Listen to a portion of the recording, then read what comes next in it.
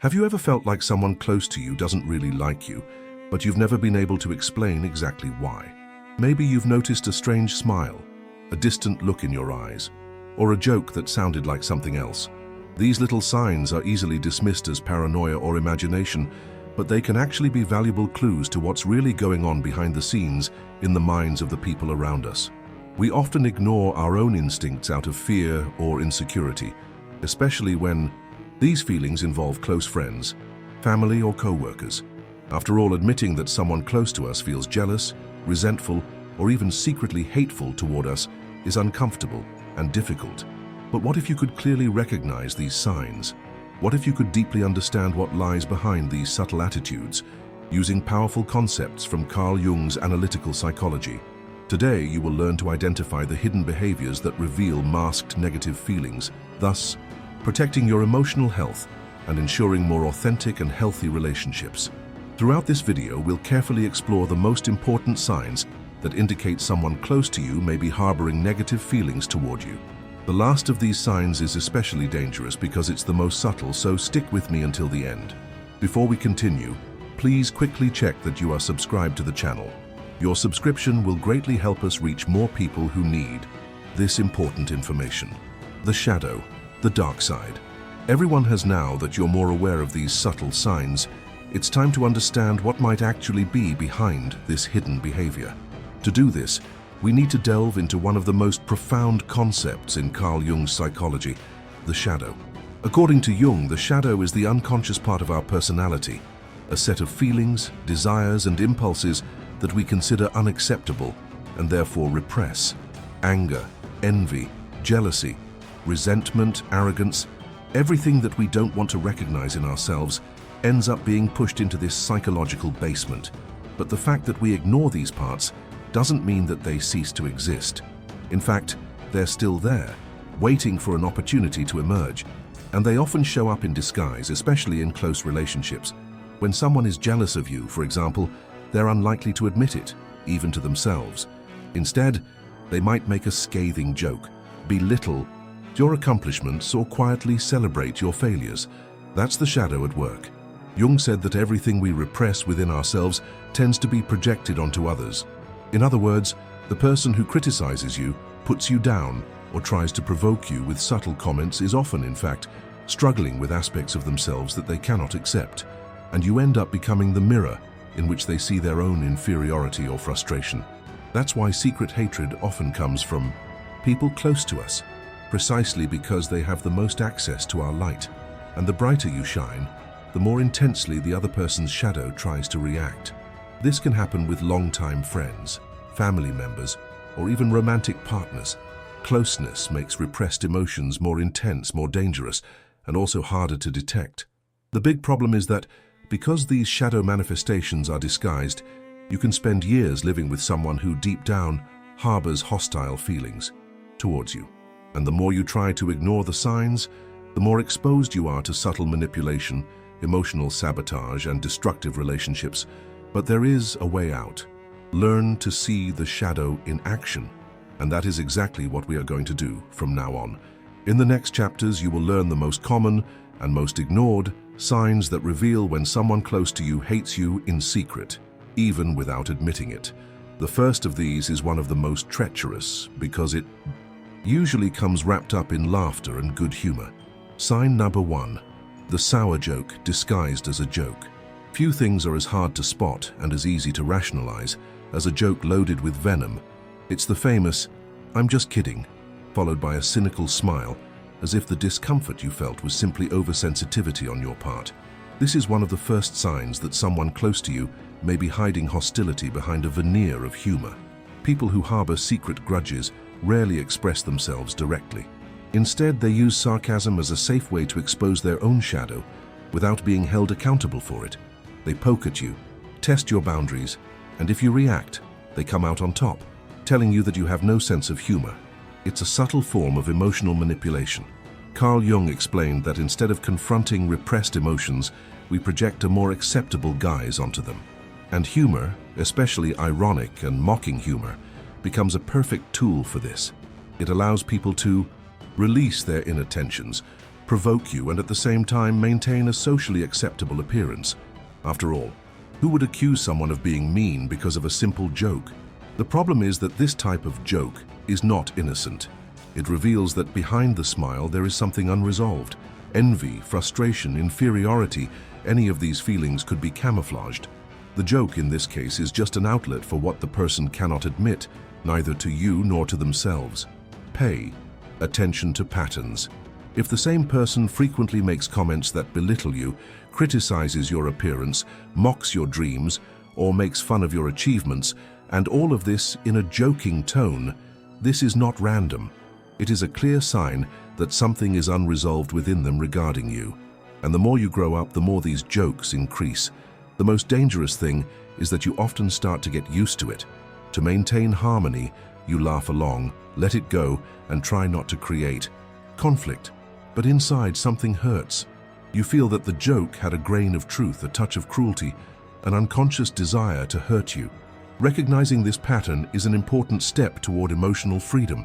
It's not about cutting ties with every off-color joke, but about recognizing who is constantly hurting you behind the laughter. This is a sign of shadow projection, and it could be your first warning sign that this person isn't really on your side. And if you think this is serious, wait until you see the next sign. It is even more dangerous because instead of using humor, it disguises itself as support. But behind the apparent support, there is a desperate need to compete with you. Sign number 2, masked support competition. If there is one thing that confuses our perception, it is the behavior of those who pretend to root for us, but in practice seem to always want to go one step further. Not to grow together, but to win. This is the second sign, the hidden competition that disguises itself as friendship, partnership, or even love, a silent race where only one person knows they are competing. This person seems to support you. They celebrate your achievements, compliment you, and even post about you on social media. But soon after, something changes in the mood. They feel the need to show that they are also valuable, that they have also achieved something.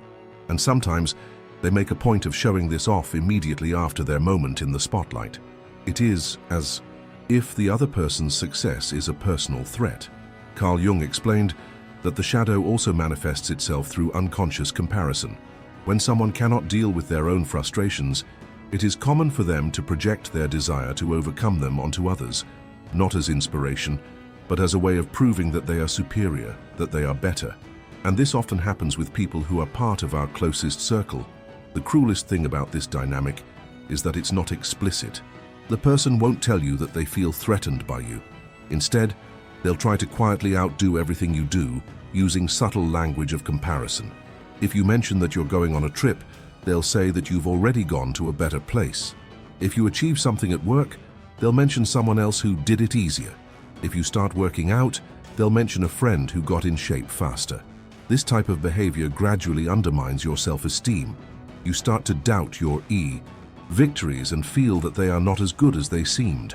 After all, there is always someone beside you saying, with a smile on their face, that they did the same thing, or better. And the most frustrating thing is that in many cases, this competition is completely unnecessary. You are not trying to compete with anyone. You are just living your life, following your path. But the other person, stuck in their own shadow, turns it all into a silent competition. Recognizing this is essential for your emotional health. Relationships based on hidden competition are exhausting, confusing, and ultimately unfair, because while you offer affection, support, and sincere presence, the other person offers comparison, ego, and competition. And all of this wrapped up in a friendship package. In the next chapter, we'll explore 2 even more subtle and perhaps more painful signs involving absence from your happy moments and unconvincing compliments. They reveal a lot about how the shadow works, not only in words but also in silence. Signs number 3 and number 4, forced praise and missing out on your good times.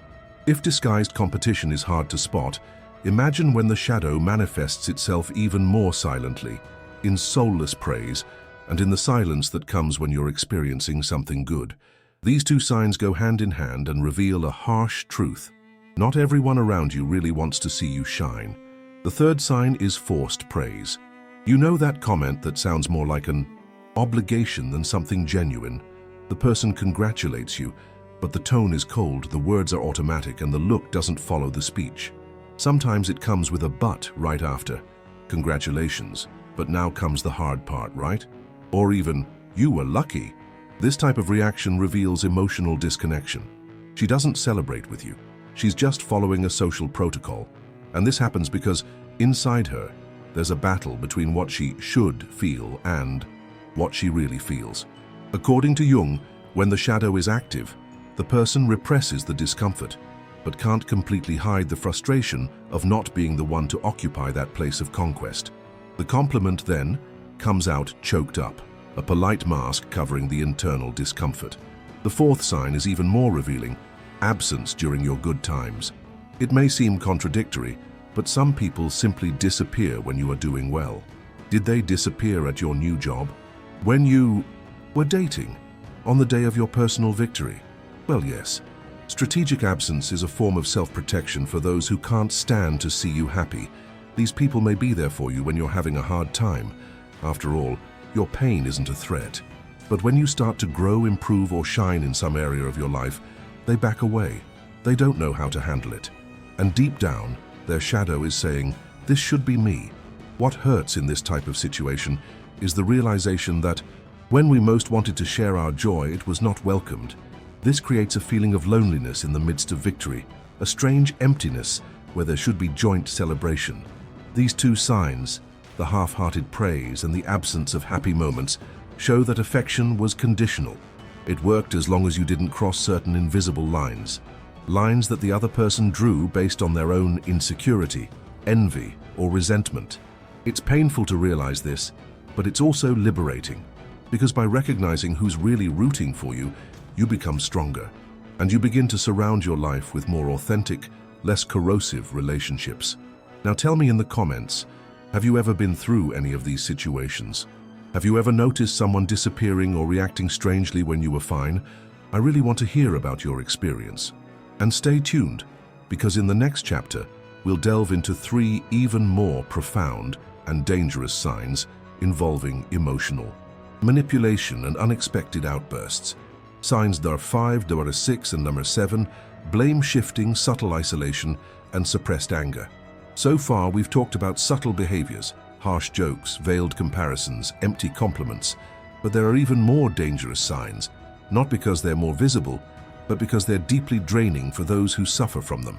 When someone close to you secretly hates you, these behaviors become part of a psychological game that gradually saps your energy, confuses your mind, and hurts your self-esteem.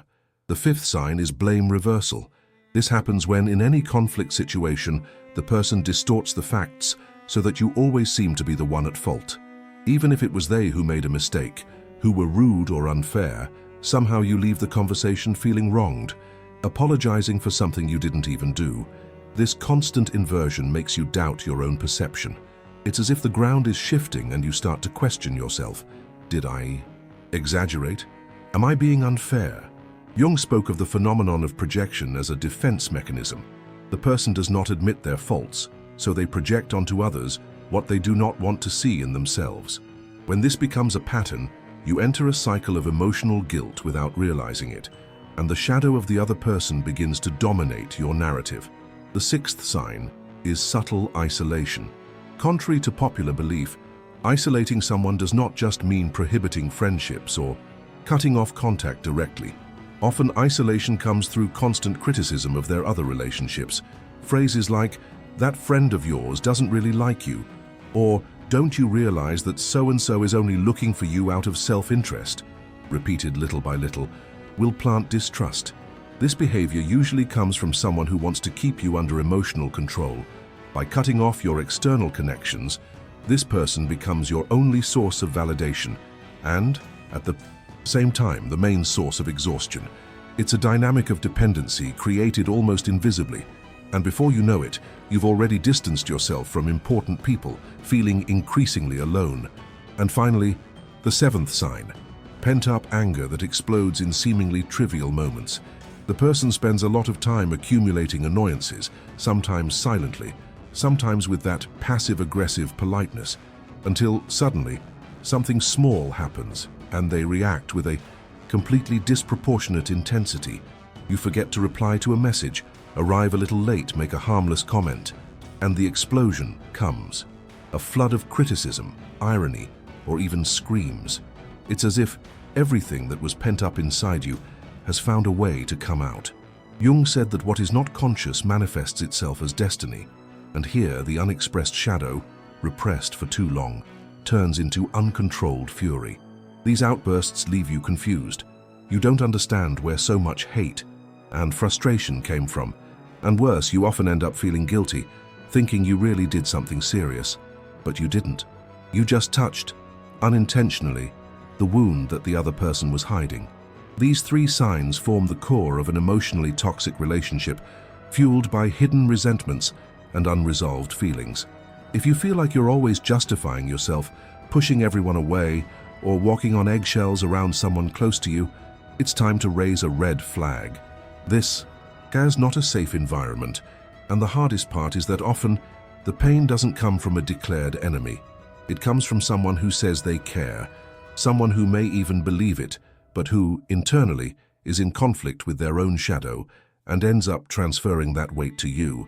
Now that you know the 7 most common signs, you might be wondering, why is it so hard to see all of this before? The answer lies in the illusion of proximity, and that's what we'll explore next. Why is it so hard to see this? The illusion of proximity. You may have noticed that often the signs are there all the time, but we only see them after a long time, after the wear and tear, the frustration, the feeling that something was wrong all the time, but we insisted on ignoring it. Why? Why is it so hard to accept that someone close to us may, deep down, be sabotaging us emotionally? The answer lies in what Jung called the illusion of the conscious image. We build up an idea of who another person is, a friend, a relative, a partner, and that image becomes fixed as an emotional truth. Even when reality begins to show signs of the opposite, our instinct is to protect that image, not to question it, because breaking that illusion can be too painful. Furthermore, we fear loneliness. Admitting that someone close to us is hurting us means accepting that we may need to distance ourselves, redefine bonds, and lose the safe place that relationship seemed to offer. This process is uncomfortable, especially when it involves old ties. That's why we often prefer to adapt to the pain rather than face the truth. There is also the habit of denial. It's not that serious. The person was having a bad day. That's just how they are. We justify the unjustifiable because we were taught to prioritize coexistence, to maintain peace, to not create conflicts, even if it costs our emotional health. But what blinds perception the most is affection. When we like someone, we tend to minimize the negative signs. We want to believe that the other person is incapable of hurting us, and so we often allow ourselves to be hurt repeatedly in the name of a connection that only exists on the surface. This is the emotional trap of closeness. The more intimate the relationship, the greater the resistance to seeing what is hidden within it. Jung invites us to break away from this romantic view of relationships and develop a deeper perception, one in which affection does not override. Lucidity. This does not mean becoming cold or suspicious, but rather cultivating a more attentive, self-centered perspective. Because when you know yourself better, you begin to recognize more easily when something external is affecting you negatively. It is this self-knowledge that allows us to see beyond appearances, to realize that a friendship may be filled with envy, that a family member is projecting frustrations onto you, that a partner is competing instead of walking together. And the more you strengthen yourself internally, the less dependent you become on unbalanced bonds. You learn to choose who you share your energy with, and that changes everything.